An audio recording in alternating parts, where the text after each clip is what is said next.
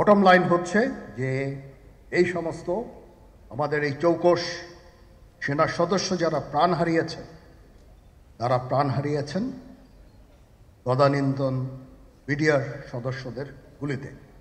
Bottom line হচ্ছে যে এই সমস্ত আমাদের এই চৌকস সেনা সদস্য যারা প্রাণ হারিয়েছেন তারা প্রাণ হারিয়েছেন তদানীন্তন বিডিআর সদস্যদের গুলিতে। আমি যতবারই ডক্টর ইউনূসের সাথে কথা বলেছি ডক্টর ইউনূস যথাসাধ্য চেষ্টা করে যাচ্ছেন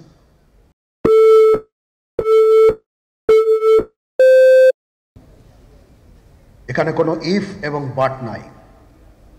এখানে যদি ইফ এবং বাট আনেন, এই যে বিচারিক কার্যক্রম এতদিন ধরে হয়েছে, 16 বছর ধরে 17 বছর ধরে যারা জেলে আছে,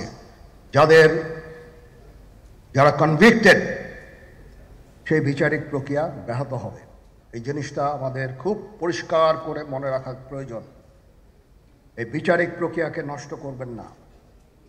যে সমস্ত সদস্য শাস্তি পেয়েছে তারা শাস্তি পাওয়ার যোগ্য।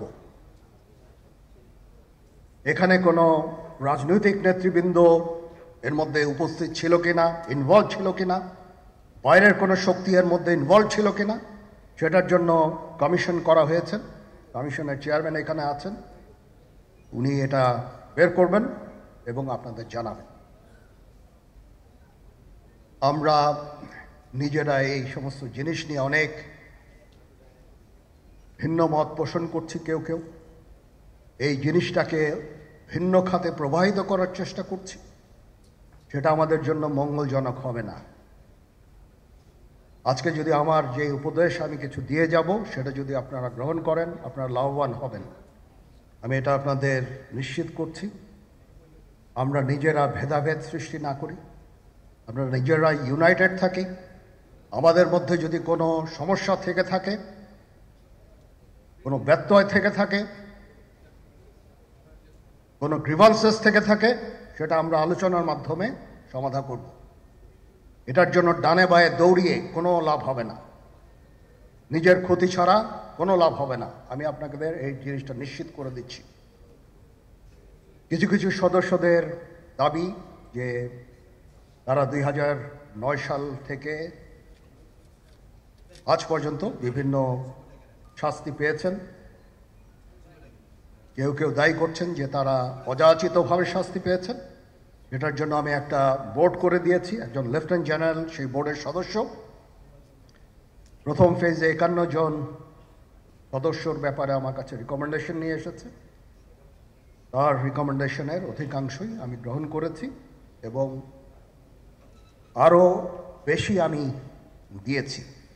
নেভি এয়ারফোর্সও তাদের এই কার্যক্রম চালিয়ে যাচ্ছে। আমার স্ট্যান্ড পয়েন্ট হচ্ছে, যদি কেউ অপরাধ করে থাকে সেটার জন্য কোনো ছাড় হবে না, বিন্দু মাত্র ছাড় নাই। আমি আপনাদের পরিষ্কার করে দিচ্ছি, it is a discipline force.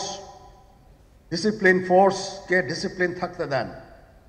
আজকে এই যে দেশের ক্রান্তি লগ্নে সমস্ত বাহিনী, সমস্ত অর্গানাইজেশন বিপর্যস্ত হয়ে পড়েছে। খালি সেনাবাহিনী টিকে আছে, বিমান বাহিনী টিকে আছে, নৌবাহিনী টিকে আছে। কেন? Because of discipline. তারপরে আমি আমার অফিসারকে আদেশ দিয়েছি, যদি সামান্যতম কোনো সন্দেহের অবকাশ থাকে, কোনো কার বিরুদ্ধে যেই অ্যাকশন নেওয়া হয়েছে, অপরাধী কিনা যদি সামান্য কোনো সন্দেহের অবকাশ থাকে, সেটা তাদের ফেভারে যাবে। এটা হচ্ছে আমার ঢালাও নির্দেশ। সেই হিসাবে বিভিন্ন প্রস্তাব আমার কাছে এসেছে। কোনো প্রস্তাবে আমি আরও আমার নিজে থেকে যোগ করে আরও বেশি আমি দিয়েছি। এভাবে পর্যায়ক্রমে অফিসাররা অ্যাপিয়ার করবে, আসবে এবং তাদের এই জিনিসগুলো আমরা দেখব। দেখে যদি মনে হয় যে তাদেরকে করার অবকাশ আছে কিছু, অবশ্যই আমরা করব। এটা ন্যায় নীতিতে আমরা প্রতিষ্ঠিত থাকব ইনশাআল্লাহ।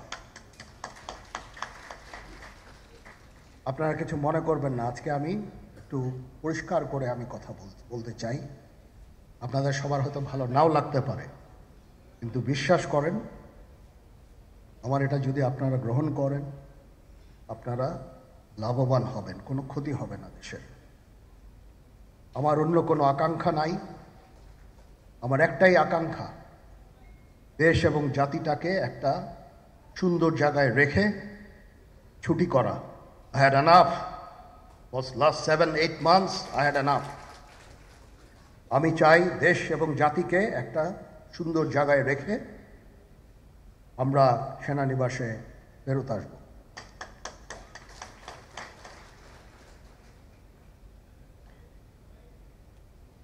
আরেকটা জরুরি বিষয় যেটা আমি ভাবলাম যে আপনাদের সাথে আমি শেয়ার করি। দেশের এই আইন শৃঙ্খলা পরিস্থিতি খারাপের পিছনে কিছু কারণ আছে। প্রথম কারণটা হচ্ছে যে আমরা নিজেরা হানাহানির মধ্যে ব্যস্ত, একজন আরেকজনের বিরুদ্ধে বিষোদ্গারে ব্যস্ত। এটা একটা চমৎকার সুযোগ অপরাধীদের জন্য। যেহেতু আমরা একটা অরাজক পরিস্থিতির মধ্যে বিরাজ করছি, তারা খুব ভালোভাবেই জানে যে এই সময়ে যদি এই সমস্ত অপরাধ করা যায় তাহলে এখান থেকে পরিত্রাণ পাওয়া সম্ভব। সেই কারণে এই অপরাধগুলো হচ্ছে। আমরা যদি সংগঠিত থাকি, একত্রিত থাকি, তাহলে অবশ্যই এটা সম্মিলিতভাবে মোকাবেলা করা সম্ভব হবে। Police, RAB, BGB, DGFI, NSI এগুলো দেশের জন্য অত্যন্ত গুরুত্বপূর্ণ কাজ করেছে অতীতে। খারাপ কাজের সাথে অসংখ্য ভালো কাজ করেছে। আজকে যে দেশের স্থিতিশীলতা, দেশটাকে যে এত বছর স্থিতিশীল রাখা হয়েছে, এটার কারণ হচ্ছে এই সশস্ত্র বাহিনীর বহু সেনা সদস্য, সিভিলিয়ান সবাই মিলে এই অর্গানাইজেশনগুলোকে, অসামরিক, সামরিক সবাই মিলে এই অর্গানাইজেশনগুলোকে এফেক্টিভ রেখেছে। সেই জন্য আজকে সুন্দর, এতদিন ধরে আমরা একটা সুন্দর পরিবেশ পেয়েছি। এর মধ্যে যারা কাজ করেছে, যদি অপরাধ করে থাকে সেটার শাস্তি হবে, অবশ্যই শাস্তি হতে হবে, না হলে এই জিনিস আবার ঘটবে। আমরা সেটাকে বন্ধ করতে চাই চিরতরে, কিন্তু তার আগে মনে রাখতে হবে আমরা এমনভাবে কাজটা করব এই সমস্ত অর্গানাইজেশনগুলো যেন আন্ডারমাইন না হয়। আজকে পুলিশ সদস্য কাজ করছে না, এটা বিশাল বড় কারণ হচ্ছে অনেকের বিরুদ্ধে মামলা, অনেকে জেলে। RAB, BGB, DGFI, NSI panicked. বিভিন্ন দোষারোপ, গুম, খুন ইত্যাদি তদন্ত চলছে। অবশ্যই তদন্ত হবে, দোষীদের বিচারের আওতায় আনতে হবে। এমনভাবে কাজটা করতে হবে যেন এই অর্গানাইজেশনগুলো আন্ডারমাইন না হয়। এই অর্গানাইজেশনগুলোকে যদি আন্ডারমাইন করে আপনারা মনে করেন যে দেশের শান্তি শৃঙ্খলা বিরাজ করবে, সবাই শান্তিতে থাকবেন, এটা হবে না, সেটা সম্ভব না। আমি আপনাদের পরিষ্কার করে বলে দিচ্ছি, এই দেশের শান্তি শৃঙ্খলা রক্ষার দায়িত্ব খালি সেনাবাহিনীর না। 2 লক্ষ পুলিশ আছে, বিজিবি আছে, র্যাব আছে, আনসার বিডিপি আছে, আমার আছে হচ্ছে 30,000 সৈন্য। এদেরকে আমি এই যে একটা বিরাট ভয়েড, আমি এই 30,000 সৈন্য দিয়ে আমি কিভাবে এটা পূরণ করব? 30,000 থাকে, আবার 30,000 চলে যায় ক্যান্টনমেন্টে, আরো 30,000 আসে। এটা দিয়ে আমরা দিন রাত আমরা চেষ্টা করে যাচ্ছি। এখানে যে সমস্ত উচ্ছৃঙ্খল কাজ হয়েছে সেটা আমাদের নিজস্ব তৈরি, এটা আমাদের নিজস্ব ম্যানুফ্যাকচার, আমরা নিজস্ব এইগুলো তৈরি করেছি। এই বিপরীতমুখী কাজ করলে এসে কখনো শান্তি শৃঙ্খলা আসবে না, এই জিনিসটা আপনাদের মনে রাখতে হবে। তদন্ত কমিশন হচ্ছে আবার একটা, আমাদের সর্বদা আমরা চেষ্টা করব তদন্ত কমিশনকে সহায়তা করতে। যে ধরনের সাহায্য সহযোগিতার প্রয়োজন হয় আমরা করব। আমরা দেশে একটা ফ্রি, ফেয়ার অ্যান্ড ইনক্লুসিভ একটা ইলেকশনের জন্য দিকে ধাবিত হচ্ছে। এবং তার আগে যে সমস্ত সংস্কার করা প্রয়োজন অবশ্যই সরকার সেদিকে খেয়াল করবেন। আমি যতবারই ডক্টর ইউনূসের সাথে কথা বলেছি, he completely agrees with me. There should be free, fair and inclusive election, and that election should be within December or close to that, যেটা আমি এর প্রথমেই বলেছিলাম যে 18 মাসের মধ্যে একটা ইলেকশন। আমার মনে হয় যে সরকার সেদিকেই ধাবিত হচ্ছে। ডক্টর ইউনূস যথাসাধ্য চেষ্টা করে যাচ্ছেন এই দেশটাকে ইউনাইটেড রাখতে, কাজ করে যাচ্ছেন উনি। ওনাকে আমাদের সাহায্য করতে হবে, উনি যেন সফল হতে পারেন সেদিকে আমরা সবাই চেষ্টা করব। আমরা একসাথে ইনশাল্লাহ কাজ করে যাব। আজকে রাওয়ার চেয়ারম্যান মহোদয় আমাকে এখানে দাওয়াত দিয়েছেন। উনি চেয়ারম্যান হওয়ার পরে এটা দ্বিতীয়বার আমি এসেছি। ওনার কাছে আমি কৃতজ্ঞ যে উনি আমাদেরকে আলাদাভাবে বা রাওয়া আমাদেরকে আলাদাভাবে দেখছে না। সার্ভিং অ্যান্ড রিটায়ার্ড, আমি তো বলেছি প্রথমেই যে there should be any difference. আমি সেনা প্রধান হিসাবে সার্ভিংদের প্রতি আমার যেই দায়িত্ব, রিটায়ার্ডদের প্রতি এই দায়িত্বের একই দায়িত্ব, সামান্যতম কম বেশি না। সেই চেষ্টা আমি করে যাচ্ছি আমাদের লিমিটেড রিসোর্সের মধ্যে। আমরা হেলথ কেয়ারের উপরে বেশ কিছু কাজ করছি,